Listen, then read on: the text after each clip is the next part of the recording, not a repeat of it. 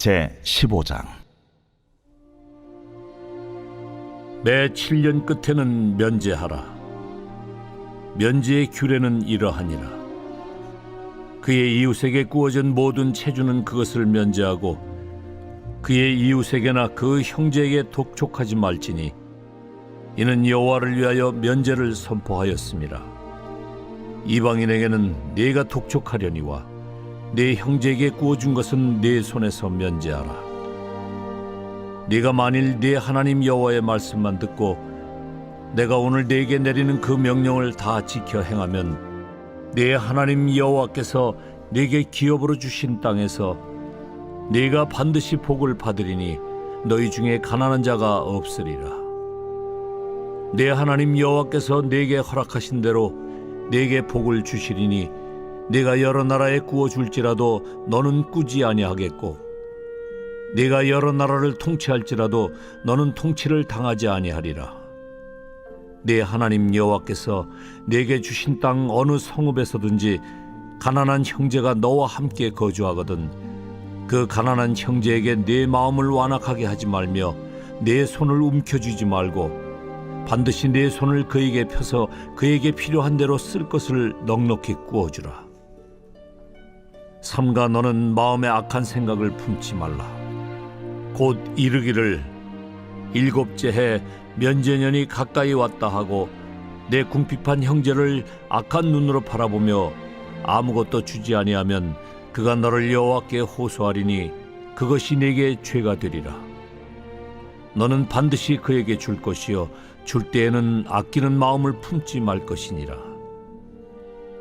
이로 말미암아 내 하나님 여호와께서 네가 하는 모든 일과 네 손이 닿는 모든 일에 네게 복을 주시리라. 땅에는 언제든지 가난한 자가 그치지 아니하겠으므로 내가 네게 명령하여 이르노니 너는 반드시 네 땅 안에 네 형제 중 곤란한 자와 궁핍한 자에게 네 손을 펼지니라. 네 동족 히브리 남자나 히브리 여자가 네게 팔렸다 하자. 만일 6해 동안 너를 섬겼거든 7째 해에 너는 그를 놓아 자유롭게 할 것이요 그를 놓아 자유하게 할 때에는 빈손으로 가게 하지 말고 내 양무리 중에서와 타작 마당에서와 포도주 틀에서 그에게 후히 줄지니 곧 내 하나님 여호와께서 네게 복을 주신 대로 그에게 줄지니라. 너는 애굽 땅에서 종되었던 것과 내 하나님 여호와께서 너를 속량하셨음을 기억하라. 그것으로 말미암아 내가 오늘 이같이 네게 명령하노라. 종이 만일 너와 네 집을 사랑함으로 너와 동거하기를 좋게 여겨 네게 향하여 내가 주인을 떠나지 아니하겠노라 하거든 송곳을 가져다가 그의 귀를 문에 대고 뚫으라. 그리하면 그가 영구히 네 종이 되리라. 네 여종에게도 그같이 할지니라. 그가 6해 동안에 품꾼의 사기에 배나 받을 만큼 너를 섬겼은즉 너는 그를 놓아 자유하게 하기를 어렵게 여기지 말라. 그리하면 네 하나님 여호와께서 네 범사에 네게 복을 주시리라. 네 소와 양의 처음 난 수컷은 구별하여 네 하나님 여호와께 드릴 것이니 네 소의 첫 새끼는 부리지 말고 네 양의 첫 새끼의 털은 깎지 말고 너와 네 가족은 매년 여호와께서 택하신 곳 내 하나님 여호와 앞에서 먹을지니라. 그러나 그 짐승이 흠이 있어서 절거나 눈이 멀었거나 무슨 흠이 있으면 내 하나님 여호와께 잡아드리지 못할지니 네 성중에서 먹되 부정한 자나 정한 자가 다 같이 먹기를 노루와 사슴을 먹음같이 할 것이요 오직 피는 먹지 말고 물같이 땅에 쏟을지니라. 신명기 15장입니다. 이스라엘은 가나안 땅에 정착한 그 해부터 매 7년이 되는 해마다 안식년을 지키게 됩니다. 이 해에는 밭이나 포도원을 그냥 놔두어 땅을 쉬게 안식하게 해야 합니다. 그리고 하나님은 그 해에 맺는 자연적인 소출은 그 땅 주인만 아니라 누구라도 함께 먹을 수 있도록 하셨어요. 그러니까 안식년은 기본적으로 하나님의 백성 모두가 함께 쉬고 서로를 돌보는 해입니다. 오늘 본문에는 안식년의 중요한 규례 중에 하나로 안식년이 되면 이스라엘 백성 중 빚진 자를 면제해 줄 것에 대한 규례가 나옵니다. 이 규례로 인해 하나님의 백성들 사이에서는 매 7년이 되면 채권자와 채무자의 구분이 사라지게 될 것입니다. 이 안식년 규례가 가나안 땅에 정착한 후 착실히 지켜졌다면 그러면 이스라엘은 얼마나 근사하고 황홀한 나라가 되었을까요? 안식년 규례로 인해 그들 중엔 가난한 자가 아마 없었을 것입니다. 그러나 이어지는 이스라엘의 역사는 그들이 하나님을 잊고 떠났다는 것이니까 안식년 지키지를 않았어요. 이게 참 안타까운 거죠. 매 안식년마다 동족의 빚을 탕감해 주어라, 이 말씀을 지키기 위해서는 이스라엘 백성들에게는 반드시 하나님에 대한 믿음이 있어야 했습니다. 어떤 믿음인가? 내가 소유한 모든 것이 내 것이 아니고 하나님으로부터 온 것이다 라는 믿음과, 또 하나는 하나님은 나누어 주는 자를 기억하시고 채우신다 라는 믿음입니다. 자, 이어지는 12절에서 18절에도 약속이 있는 하나님의 말씀이 이어지고 있습니다. 그것은 내 동족 중에 종이 되어 너를 섬기는 자가 있거든 7째 해인 안식년에 그를 자유케 하라. 대신 그냥 보내지 말고 후히 주어 그를 보내라 라는 말씀입니다. 이스라엘 백성들이 이 말씀에 순종하면 하나님은 범사에 그들에게 복을 주시겠다고 약속하십니다. 이 말씀도 너무 근사한 말씀이에요. 하나님은 이스라엘 백성이 같은 동족에게 종으로 팔려가는 것을 원치 않으십니다. 왜냐하면 이스라엘 모든 백성은 하나님의 것이요 하나님의 자녀이기 때문에 그렇습니다.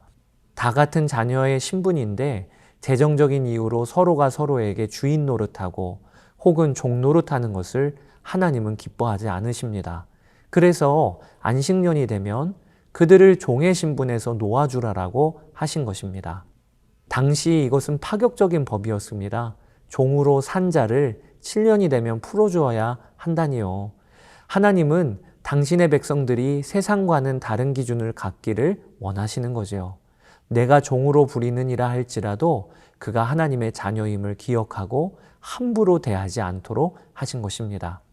출애굽기 21장에 보면 히브리 종이 단신으로 종이 되었거나 장가든 상태로 종이 되었으면 자유케 될 때 그 개인 혹은 부부가 다 노임을 받게 됩니다. 그러나 종이 된 상태에서 주인이 그에게 아내를 주었으면 그가 자유하게 될 때에는 처자를 놓고 그 집에서 나가야 했습니다. 또한 만약에 히브리 종이 주인을 사랑하고 처자를 사랑하여 자유인이 되길 원치 않을 경우 주인은 그를 데리고 재판장에 가서 법적 절차를 마친 후에 송곳으로 종의 귀를 뚫게 됩니다. 그러면 그 종은 히브리인이어도 영원히 주인의 소유가 되는 것이지요. 오늘 본문 16, 17절에도 등장하지만 주인을 사랑하여 자원하는 종이 되기를 원하는 귀뚫은 종의 모습은 우리 그리스도인들이 어떠한 자여야 하는지를 예표하는 것이라고 싶습니다. 우리는 우선 예수 그리스도로 말미암아 마귀와 죄의 종노릇하는 데서 해방되어서 자유함을 얻었습니다. 즉 안식년의 해방을 경험한 자들이 우리예요. 그런데 자유함을 얻은 우리에게 하나님의 말씀은 너희가 다시 종이 되라고 하십니다. 갈라디아서 5장 13절, 형제들아 너희가 자유를 위하여 부르심을 입었으나 그러나 그 자유로 육체의 귀회를 삼지 말고 오직 사랑으로 서로 종노릇하라. 또 베드로전서 2장 16절, 너희는 자유가 있으나 그 자유로 악을 가리는 데 쓰지 말고 오직 하나님의 종과 같이 하라. 우리가 얻은 자유함으로 다른 사람의 종과 같이 살라고 말씀하시는 것입니다. 뿐만 아닙니다. 바울은요, 자기를 소개할 때 예수 그리스도의 종, 더욱 정확히는 예수 그리스도의 노예 둘로스라고 소개합니다. 여러분, 죄와 마귀의 종노릇하는 삶에서 자유함을 얻은 성도에게 왜 이렇게 성경은 다시 종이 되라고 하시는 것일까요? 그에 대한 대답은 오늘 본문의 귀뚫은 종에 대한 이해와 연결되어 있는 것이죠. 종이 주인과 주인의 집을 사랑함으로 자원하여 주인의 집에 귀뚫는 종으로 묶이게 되는 것처럼 바른 성도의 모습도 이와 같아야 한다는 것입니다. 성도는 예수 그리스도로 말미암아 자유함을 얻었어요. 그런데 나에게 자유를 주신 예수님이 너무 좋아서, 그리고 그 사랑에 감격스러워서 내가 다시 예수님을 정성껏 섬기는 종으로 결단하게 되는 것이 살아있는 성도에게 자연스럽게 일어나는 마음입니다. 사랑하면 그 사람의 종 노릇하는 것도 행복해요. 그 사람을 행복하게 해주는 것이 나에게는 기뻐요. 이렇게 되는 것이죠. 사랑으로 서로 종 노릇할 수 있는 것이 우리가 얻은 자유인 거예요. 예수 그리스도를 나의 사랑하는 왕으로 섬길 수 있는 자유, 이것이 바로 성도가 얻은 자유인 것입니다. 이어지는 19절에서 23절에는 소와 양의 처음 난 새끼는 하나님께 바치라는 규례가 이어집니다. 이스라엘 백성은 가나안 땅에 들어가 살 때 소와 양의 처음 난 수컷은 구별하여 하나님께 바쳐야 했습니다. 그들은 중앙성소로 그 예물을 끌고 나와 제사로 올려드리고 그것을 하나님 앞에서 먹어야 했습니다.